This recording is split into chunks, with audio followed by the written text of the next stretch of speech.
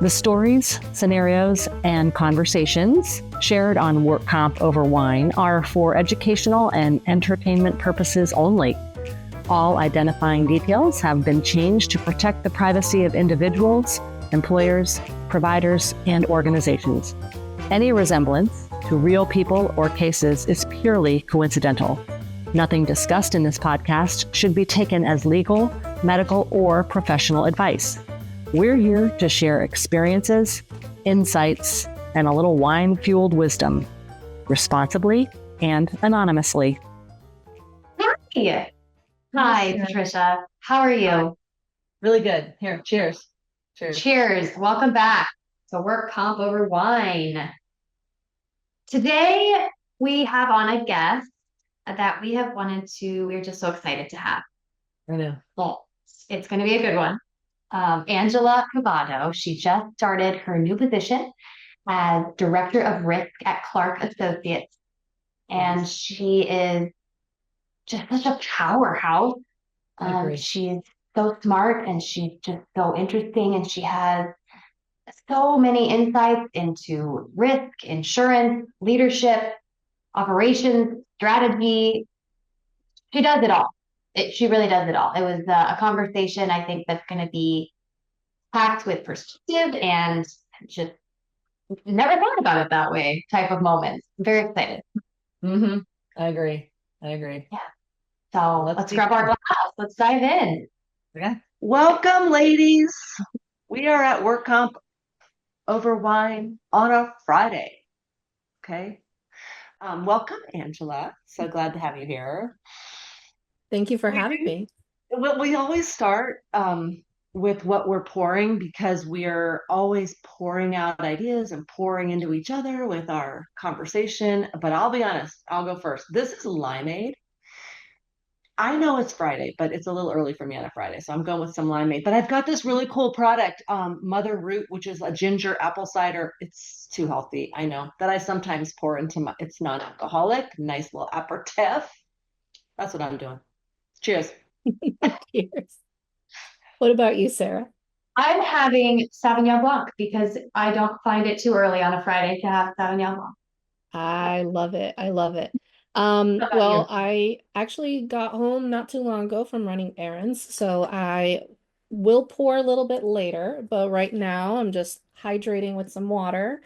My doctor's actually on me to make sure I drink enough water, so I will get on that and then pour myself a glass of probably I just got gifted a bottle of Cooper's Hawk Winter White, which is one of my favorites, so I'll probably pour a glass of that. We have a Cooper's Hawk down here, I think, Sarah, don't we? In Sarasota. Yeah, Yeah. I think we do. Where are you, Angela? Where are you? Yeah. I am in the Orlando area, so not too far. Oh, Look at How that. wonderful. Neighbors. We meet Okay. Angela in person at WCI, most likely, yes? Yeah, so unfortunately, I will not be attending WCI this year, but I am meeting up with some friends in the industry and just saying hi and chatting. And it'll actually be my first year that I'm not attending, as I am in between employment, and my new employer, which I'll mention, is Clark Associates. I'm going to be joining them as a director of risk there, and kind of just hitting the ground running, right? And so conference and industry engagement will come a little bit later, but I'm excited. Oh, well, congratulations on that. And I know we'll mention that in your bio as well. So we could still connect at WCI, even if it is over coffee, if you're going to be in there. Absolutely. I love coffee. More than wine, actually. And water is great too. I mean, sparkling water, all of the things. When we have guests on here, people bring their various fluids, whatever they're speaking to that day. All good, all good. Okay, so we don't have to talk about the weather because Angela is in the same kind of heat that we are here. Yeah. Unfortunately. Roasting all summer. I am so glad that Angela is joining us, because when I was doing a little bit of research and some background, your journey, it seems, Angela, has been so layered and varietal across claims, risk, organization, data. Oh, we're going to talk about data. And I guess, I mean, I wouldn't be surprised if you were also a classical pianist because of all the things. No, but I do wish. I do admire people who can play the piano. I just, how did you find yourself in this niche, this world of insurance and work comp? Well, I mean, this is probably an answer you hear a lot. But I fell into it, right? Like so many of us do. What I will say though is my falling into it was more so precipitated by the fact that in college and kind of as a young adult, was very indecisive, which I am now realizing was undiagnosed ADHD, which I'm sure a lot of my colleagues will relate to. And so I ended up, kind of trying to figure out what I wanted to do because, I love doing all sorts of different things. You mentioned data. I loved analysis and data and computers and tech. I also love science. My degree is in biomedical sciences. I love psychology, so I dabbled a little bit in that. And so, it's hard when you're passionate about so many things to really hone in on one, right? And so that's where I found myself. And so first job out of college, I'm just trying to, find anything so that I don't move back home. And I ended up landing a job with MES Solutions. Are you familiar with that company? Correct. Okay. So they are a subsidiary of ExamWorks.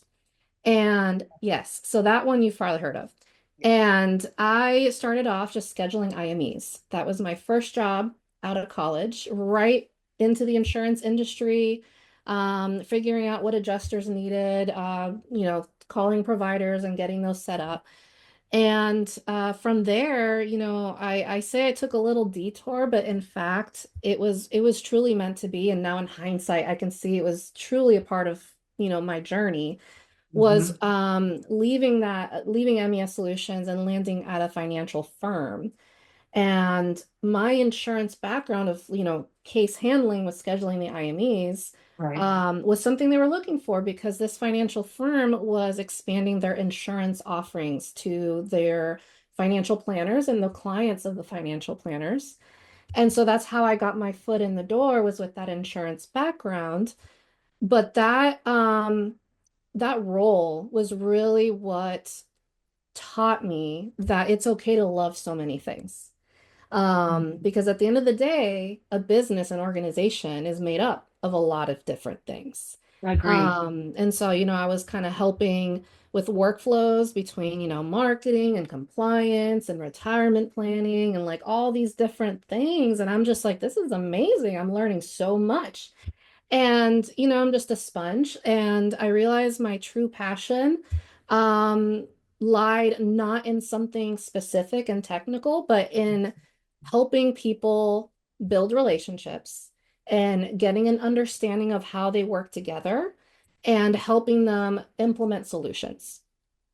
And, from there, I landed as an adjuster and handling workers' comp claims. So that's where I got my start in workers' comp specifically. Right. Yeah. And one of my accounts that I handled claims for was Marriott Vacations Worldwide. And, that is actually where I ended up after being an adjuster, being a risk manager, because something I'm passionate about with adjusters, and I speak on this often, is building a relationship with your client or with your accounts because you're an extension of their team when you're handling their claims, right? You're representing the company to their injured workers.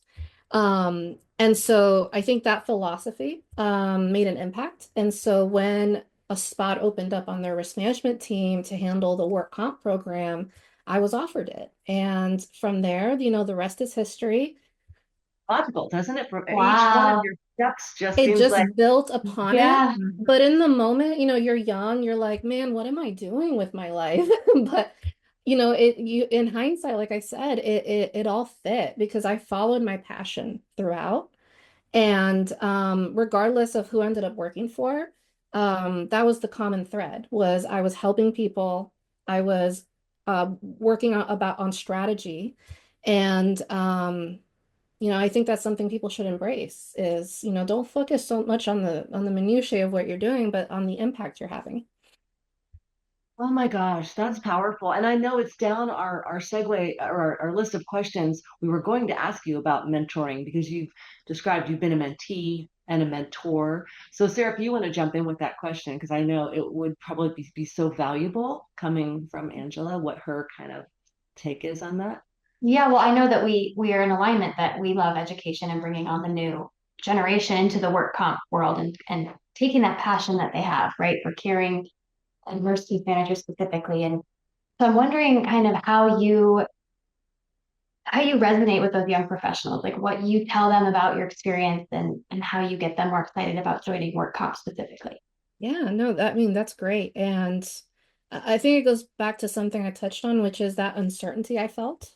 Mhm. When I'm there at the precipice of trying to figure out, what do I want my life to look like? And I think regardless of your background and, where you've come from, where you've gone, I think that's something that all young professionals relate to is that uncertainty of, am I making the right choice? Is this really what's going to end up being what makes me fulfilled? What brings me the success that I'm looking for? Mhm. Um, and so maybe speaking to that and, giving them that broader picture of, it's not so much following that dream you had when you were like 5 and playing with toys, right? Like I wanted to be a vet at one point, so did like 90% of the population. Mhm. And so, like if I had focused on the fact that my life path never got me to being a vet, I'd be like, man, I'm not successful. But, it's about taking that step back and like I just mentioned, looking at the impact you're having. What is it that drives you, right? Everyone, I think that's where that differentiates people. Something that drives me is being able to have, I don't know if you're familiar with Brené Brown's framework of values, but she talks about, there's things like agency, where you're driven by wanting to be independent and your own boss. There's values such as radius, which is having an impact, not so much about changing the world and bringing world peace or anything like that, but bettering the lives of those around you, like in your immediate orbit, Yeah. Yeah. right? And so that's one of my actually big values is, finding a path that allowed me to have the financial freedom and the success to, give back to my mom who raised me as a single mother, to, Wow. help support my siblings since I'm the oldest, to raise my child. I have a 2-year-old, right? So like to be able to give back through these efforts that I'm pouring into what I'm doing, and I think that resonates with a lot of young people. It talks about, drive and ambition and success and, family and relationships. And so that's what I focus on, and that's how I bring them to work comp because with work comp, you're impacting every person you talk to, everyone who's going through something. I mean, no one wants to be hurt. Yeah. No. So they all need support. And so, if you decide to go through work comp as an adjuster, that's something that, you have impact. That's such that is such a beautiful explanation. And I appreciate that you give your people that you mentor a framework and that you recognize uncertainty is so common. People these especially younger people I would say tend to believe that there's what's wrong with me. I think we use that statement. Nothing's wrong with you. This is your Exactly. path, this is your journey, and where are you having impact gives them something to focus on. Exactly. Oh, Yes. oh, I really appreciate that. And congratulations on your little one having Thank it. you. Thank you. I have a I'm not having a good time right now, though. If you have potty training tips, I really need them. I Sarah, you struggled. might. I have struggled through potty training twice, and I don't know how we make it. I don't. Oh, Or I'll make it too. You'll make it. I You'll make will. it. You will get to the other side. I know we used to use bribery with my boys. We would always have a pack of toys on the back of the potty seat that if they were successful, they could pull out a little Matchbox car or a set of Legos or just I like that. bribery, please. Please use the potty. But we digress. actually we're talking about human factors. Maybe that's a segue. I don't know. um, Human factors and outcomes, and focusing on what your outcome in, especially in workers' comp. And you mentioned that I always think of it as a ripple effect. The injured worker is in the center of the pond, and that ripple affects their families, their employers, their, of course, the payers, the community. And you can have an impact on every single one of those people if you're having conversation with them, and none of them are a silo. I know in your background you're very well versed in recognizing a silo and having the ability to eliminate that, I guess, eliminate the silos. Where have you been most successful with your cross department collab? Like, what's your special sauce for helping people collaborate better and more effectively across all those layers? That was a long question. It's A great detailed, very question, though. I detailed. love it. And I might steal your example, your analogy of the pond and the center of the pond with the ripples. That was Sure. beautiful imagery. But you're completely right. I think that's an area a lot of organizations struggle with. I mean, you hear talk all the time about we need to break down silos, we need to collaborate, we need to work towards, the goal together. But as much as you're communicating that intent, that desire, what tools are you imparting? What training are you providing people to achieve that? Because that's like giving, someone without a driver's license who's never touched a car saying, here, get to this destination. So you might end up hurting them. They might get in an accident along the way. They might get lost, right? Which is what you're going to, come to. And what I've realized really helps in breaking down silos is relaying how there's a shared responsibility and understanding how silos come to be in the first place. And it's usually because in the work environment, sometimes you can get a little too caught up in, your personal need to achieve and meet your metrics because Right. at the end of the day, you're there to support your family and yourself, right? And you want to achieve your goal so that you can point to that. So establishing goals that rely on others to facilitate that is a great way for organizations, right? To not make it so Pulling individually people. focused, Mhm. right? Um, and then the other piece is, ensuring that the communication that's flowing, right? So like if I were to say, and this is a true story actually, because I had to build a return to work program. Mhm. And so, I'm talking to maybe like safety and security, right? And the stakeholder there. And if I were to have approached them and I'd be like, well, listen, we've got too many claims and you just need to help me with putting this in place. And here's your new SOP. And this is what I need your people to do. And that's it, right? And I'll come back and talk to you and make sure you got it done. That's not going to go over well, right? Like that is cold, it's abrasive, it's not taking into consideration everything that's on that person's plate because, safety is a different function. So they're probably thinking about like fire safety and, maybe there's some general liability things depending on what kind of business you've got, right? Like they're juggling a lot of things. And here I am saying, oh, now you got to do all this because that's what I need to succeed, Yeah. Yes. right? Mhm. Mhm. And so turning the script and just being like, listen, like, what are your pain points? Listening to them and seeing how your initiative, your goal ties into what they're trying to achieve, and then making that the roadmap. So that's a great way to create the relationships that are needed to tear down those silos within an organization. Right. I appreciate that your analogy as well. And just did a presentation yesterday, and this whole collaboration, it usually doesn't start off purposefully that somebody drops the ball. It's usually very subtle, and people are like, oh, well, I'm not doing XYZ because somebody else is doing XYZ. Like they're not communicating well. And so it appears that they're not collaborating, but recognizing where those gaps are and where we can come together and make it smoother. And in our world, smoother is ultimately the best outcome for our injured workers. That's kind of our thing. Um, And part of that outcome is return to work, which you just spoke about, that you're passionate about too, which is what we do as case managers. We're getting them back to their, of course, the best quality of life. And in the work comp space, it needs to be returned to productivity. So I believe I saw that you had developed a return to work program with transitional duty or modified duty. Help me understand more about what you did in that realm. Yeah, I mean it was built from the ground up. It touched on everything. And in a nutshell, I mean, actually not in a nutshell, because I don't want to do a Super nuts. disservice to it, because, Right, right. return to work programs are complicated, which is why they're Mhm. often spoken about. Um, but, realizing that you need to break out all the different components. It's not as simple as writing a manual, a script, and giving someone a directive. You have to partner with the clinics around you.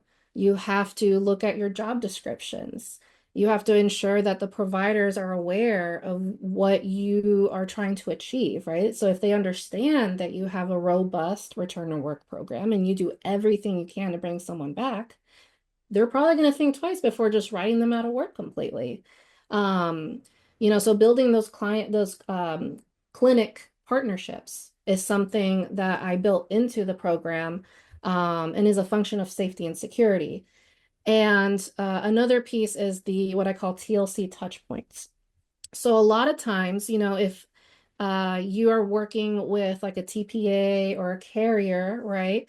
Their adjusters are working off those requirements, right, for their touch points. Mhm. And, you can't assume that that adjuster is going to pick up the phone and call your injured employee every time. That is something employers have a lot of control over, is communicating and educating at the onset of an injury. Here's what to expect. Here's how we're going to advocate for you. Um, Here's what we need from you, right? Like bring us your work status reports each time, right? That's a big one. Um, just making sure that employers aren't just putting everything on the adjuster and saying, "Oh, I can't do anything." The adjuster is the only person you can talk to. That is the most damaging thing that you could probably do as an organization with the relationship in work comp. Yes, yes. So, Yeah. the return to work program touches all that. And then it also touches on, what to do if someone receives permanent work restrictions. How are we approaching that as a conversation, from a legal perspective, Oh, yeah. So at that point, you have to partner with your labor and law resources. You have to partner with your HR. Um, and look at your entire accommodation process, because at that point, yes, it's not technically work comp if they're released MMI with permanent restrictions. The adjuster is going to close that claim, but the employer's job is not done. Mhm. So to me, that is still part of a return to work program. It goes past work comp, truly. You pass to what you think is the Mhm. finish line because E- it's not truly the finish line. Exactly. Sarah, I know you can relate to this too. When Angela was saying, um, make sure that the clinics know that you have a robust return to work, because how often do these injured workers, not all of them, but some of them, will sit in front of the doctor and say, "Oh, they don't have anything for me to go back Mhm. to," when indeed they do. So we try to do that as well as case managers, make sure that message is getting across to the provider. And educating the injured worker why a return to work, even in a modified capacity, is so helpful for them. Absolutely. Mhm. Yeah, Oh gosh, we are speaking the same we language are. here. I Yeah. really appreciate it. I can see why you were, and I it said you were recognized as a 2024 CLM phenom under 40. I mean, Yes. that's amazing. And but Yes. it's not surprising when you have a conversation with you and you can start to hear how you really speak the truth and understand the industry very, very well. Thank So you. Thank you for that. story so far. Sarah, what was your next question for Angela? I know we I talked think about men. I wanted to talk more about the data side of things, because I know you said that that's where you kind of started and you had passion in that. And I know we always talk about how you can't manage what you don't measure. Exactly. Um, and being people first. So, we have that human side and we love that human side, but I think that being so data driven with AI What has been kind of your experience with blending those two worlds? Oh, you see, you guys are prepared. I love these questions. Um, I'm gonna pick your so So with AI and tech and data, right? I love to talk about the impression people get when you start throwing out those words. I think people fall in two camps. Either they get excited, or they get intimidated and they're like, this is not for me. This is not my scope. I don't do this. But what I have to say is, in these days, the way the world is going, I mean, everyone is touching AI and data and technology. You Hmm. do not have to be an analyst. You don't have to work in IT. Even if you're checking out at a self-checkout grocery store, guess what? AI is scanning your face. So you're interacting with yeah. data and technology constantly. And the quicker that people embrace that, and realize that it's not as intimidating as it sounds, the quicker I think we'll be better off in integrating these concepts and these needs into our programs. Um, so for example, I've heard a lot about AI being incorporated at the TPA level to help with adjuster file handling, whether that's, flagging fraud, whether that's flagging, maybe ODG guidelines, these medical guidelines that get surpassed, right? Hmm. So rather than having such manual processes and the adjuster doing so much of this administrative work, they have AI come in and do it for them. And so this is where, to your question, the data piece comes in because I feel like a lot of times we know what the solution is, we know what will help, but we don't take enough time to put in the framework around it. How are you going to communicate that it's helping? How are you going to address if it's not? And how are you even going to know if it's not working? Right, right. How do you measure it? Something Yeah. with AI, we hear about hallucinations, right? How Oh, they can yes. hallucinate. All the time. But but something that's a little less obvious, but still just as insidious, is the bias gets skewed, right? Just as you continue to use AI, the AI is learning, right? And Yes. so it starts gaining its own type of bias and it starts skewing a certain way. And so if you don't have the proper governance to catch that and tweak it and correct it, you can find yourself down the line being like, oh, what happened to this AI is suddenly rogue. What did I get Um, here? Yeah. right, right. And so, Yeah. all that is part of, the data and the technology and how you can use it to build solutions. I love being creative about it. You can be very creative, and still be analytical. So something I've done is, when I put together a solution, so we talked about human factors, I'm very, you know, people centric when it comes to, Yeah. workers' comp. But too many of the established KPIs are not people centric. They're about claim closure, they're about reserves, they're about litigation, right? And so thinking it through, okay, we can create our own KPIs. What does that look like? How does that tie in with the existing ones? How do we capture it? And and I asked the carriers and TPAs and our brokers to adopt those KPIs for us. And now they're part of the loss runs. Now they're part of the stewardship. Now they're part of these, ongoing metrics. And now we don't have to just say, well, I know it works, because without data, it's just an opinion. Now we have the Hmm. data. Mhm. So I have the data to back it up. exactly. Yeah.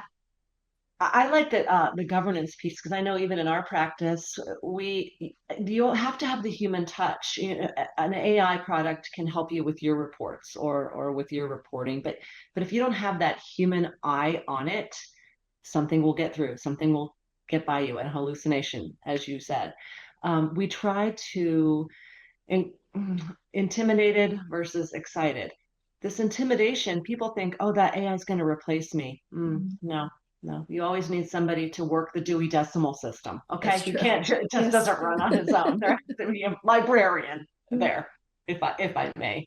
Um, Sarah, was that your follow up question on the Yeah. AI that got for Yeah, free? that's Oh, great. Yeah, it's so interesting to listen to the balance, I think. And everybody has a different opinion on where that balance is. So I like seeing it from all different angles.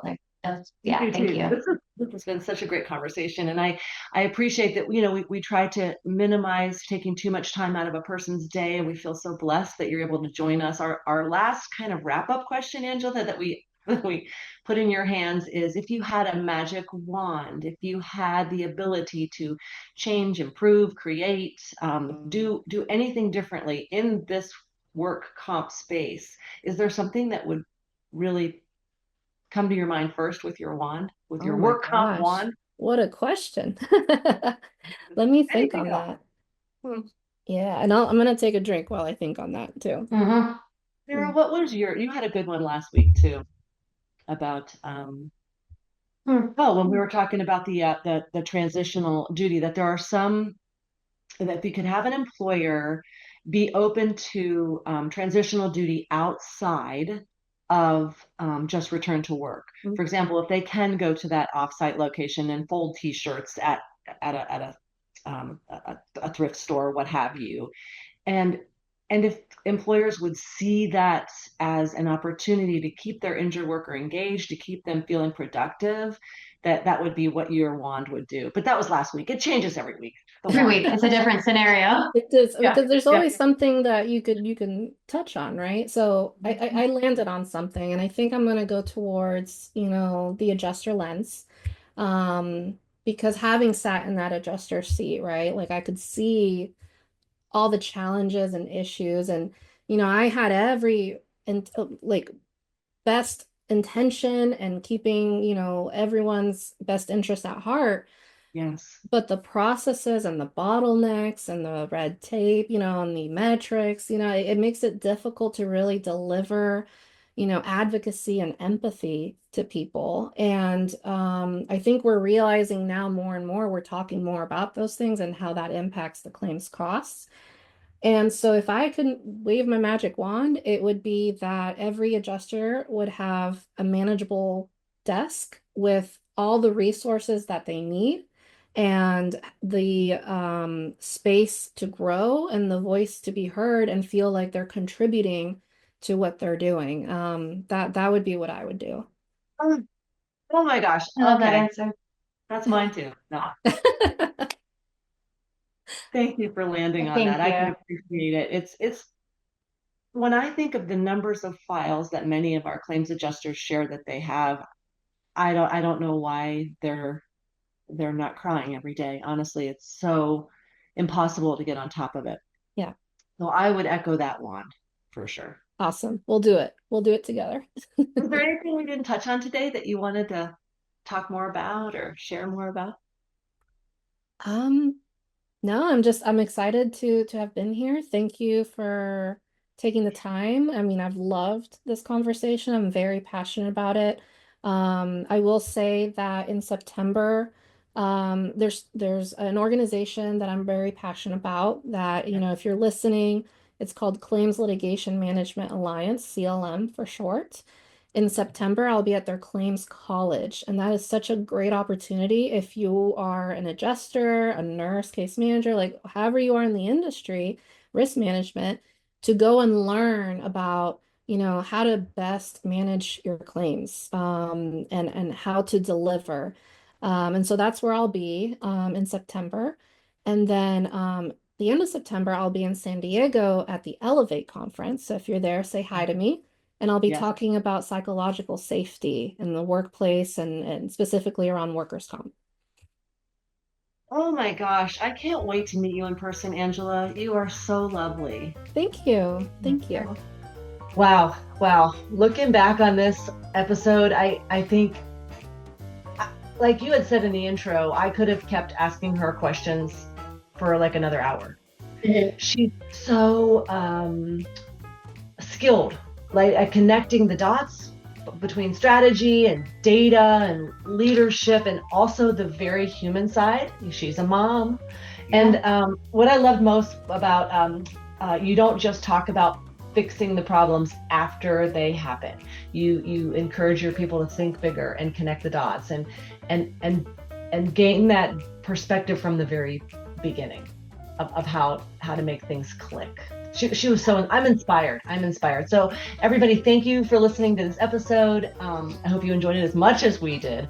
And if you'd like to hear more, subscribe, leave a review, share this episode with a colleague. But until next time, cheers from us.